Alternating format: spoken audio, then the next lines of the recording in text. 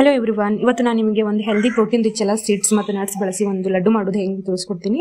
ನಾನಿಲ್ಲಿ flax seeds ಮತ್ತು chia seeds, pumpkin seeds, watermelon seeds ಮತ್ತು ಆಲ್ಮಂಡ್ಸ್ ಕೇಸು ಎಲ್ಲನೂ ಬಳಸಿ ನಾನು ಒಂದು ಸ್ವಲ್ಪ ರೋಸ್ಟ್ ಮಾಡ್ಕೊತೀನಿ. ಇದನ್ನೆಲ್ಲನೂ ಅಡಲ್ಟ್ ಹಿಡ್ಕೊಂಡು ಪ್ರತಿಯೊಂದು ಕಿಡ್ಸ್ ಹಿಡ್ಕೊಂಡು ಪ್ರತಿಯೊಬ್ಬರಿಗೂ ಇದು ಒಳ್ಳೆಯದು, ಪರ್ಫೆಕ್ಟ್ ಸ್ನ್ಯಾಕ್ಸ್ ಅಂತಲೇ ಹೇಳ್ಬೋದು. ಸೊ ಇಂಗ್ರೀಡಿಯೆಂಟ್ಸ್ ಎಲ್ಲ ಈ ಥರ ನಾನು ತೊಗೊಂಡಿನಿ. ರೋಸ್ಟ್ ಮಾಡ್ಕೊಡಿ ಚೆನ್ನಾಗಿ. ಆಮೇಲೆ ಇದಾದ ಕೂಡಲೇನು ಆಯಿತು ಬ್ಲೆಂಡ್ ಮಾಡ್ಕೊಳ್ಳಿ ಎಲ್ಲ ಡ್ರೈ ರೋಸ್ಟ್ ಎಲ್ಲನೂ ಬಳಸೋಂಥ ಸೀಡ್ಸ್ ಆಗಲಿ ನಟ್ಸ್ ಆಮೇಲೆ ಎಲ್ಲನೂ ರೋಸ್ಟೆಡ್ ಮಾಡ್ಕೊಂಡು ಇಂಗ್ರೀಡಿಯೆಂಟ್ಸ್ ಎಲ್ಲ ಮಿಕ್ಸಿ ಜಾರ್ನಲ್ಲಿ ಹಾಕಿ ಸ್ಲೈಟ್ಲಿ ಕ್ರಷ್ ಮಾಡಿ, ನಾಟ್ ಟು ಫೈನ್ ಪೌಡ್ರ್, ತುಂಬ ಟೆಕ್ಸ್ಚರ್ ಇರಬೇಕು. ಆಮೇಲೆ ಇವಾಗ ಒಂದು ಸ್ವಲ್ಪ ನಾನು ಪ್ಯಾನಲ್ಲಿ ಸ್ವಲ್ಪ ಜಗರಿ ಪೌಡರ್ನ ಹಾಕಿದ್ದೀನಿ.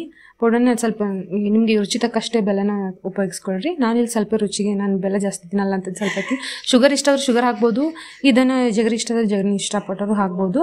ಸ್ವಲ್ಪ ನಾನು ಇಲ್ಲಿ ಬೆಲ್ಲವನ್ನು ಆ್ಯಡ್ ಮಾಡ್ಕೊಂಡು ಸ್ವಲ್ಪ ನೀರು ಹಾಕಿದ್ದೀನಿ, ಯಾಕಂದ್ರೆ ಸ್ವಲ್ಪ ಅದು ನೀರನ್ನು ಬಿಟ್ಕೋಬೇಕಂತೇಳಿ, ಇದು ಪಾಕ ರೀತಿ ಕನ್ವರ್ಟ್ ಆಗ್ಬೇಕಂತೇಳಿ. ಸೊ ಇದು ಮಾಡಿದಂತೆ ಇದ್ರೊಳಗೆ ನಾವೇನದು ಪೌಡ್ರ್ ಮಾಡಿ ಇಟ್ಕೊಂಡಿರ್ತೀವಲ್ಲ ಆ ಪೌಡ್ರನ್ನ ಇದ್ರೊಳಗೆ ಆ್ಯಡ್ ಮಾಡ್ಕೊಳ್ಳಿ. ಸ್ವಲ್ಪ ಎಲ್ಲ ಕಡೆನೂ ಚೆನ್ನಾಗಿದೆ ತೆಗೆಸ್ಕೊರಿ. ಇದಾದ್ಕೊಳ್ಳಿ ಏಲಕ್ಕಿ ಪೌಡರನ್ನು ಹಾಕ್ರಿ. ಏಲಕ್ಕಿ ಪೌಡರ್ ಹಾಕಿದ್ರೆ ಸ್ವಲ್ಪ ಟೇಸ್ಟ್ ಚೆನ್ನಾಗಿ ಬರುತ್ತೆ.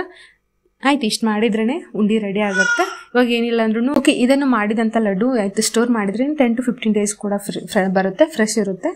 ಓಕೆ, ಈ ಲಡ್ಡು ಇಮ್ಯುನಿಟಿ ಬೂಸ್ಟ್ ಮತ್ತು ಡೈಜೆಷನ್ ಕೂಡ ಹೆಲ್ಪ್ ಆಗುತ್ತೆ, ಪ್ರೋಟೀನ್ ರಿಚ್ ಅಂತಲೇ ಹೇಳ್ಬೋದು. ಇದು ಬೇಬಿ ಕೂಡ ಕೊಟ್ಟರು ನಡೆಯುತ್ತೆ. ಅಪ್ ಟು 1 year ಅಥವಾ 8 months ಪ್ಲಸ್ ಇದ್ರೂ ನಡೆಯುತ್ತೆ. ಕೊಡಿ. ಇದರಲ್ಲಿ ಸ್ವಲ್ಪ ತುಪ್ಪ ಆ್ಯಡ್ ಮಾಡ್ಕೊಳ್ಳೋದ್ರಿಂದ ಸ್ವಲ್ಪ ಇನ್ನಷ್ಟು ಚೆನ್ನಾಗಿ ಬರುತ್ತೆ, ಸಾಫ್ಟಾಗಿ ಬರುತ್ತೆ, ಭಾಳ ದಿನನೂ ಇಟ್ಕೋಬಹುದು. ನಿಮಗೆ ಇಷ್ಟ ಆಗಿದ್ರೆ ಪ್ಲೀಸ್ ಲೈಕ್ ಮಾಡಿ, ಕಮೆಂಟ್ ಮಾಡಿ, and don't forget to subscribe my channel. Thank you.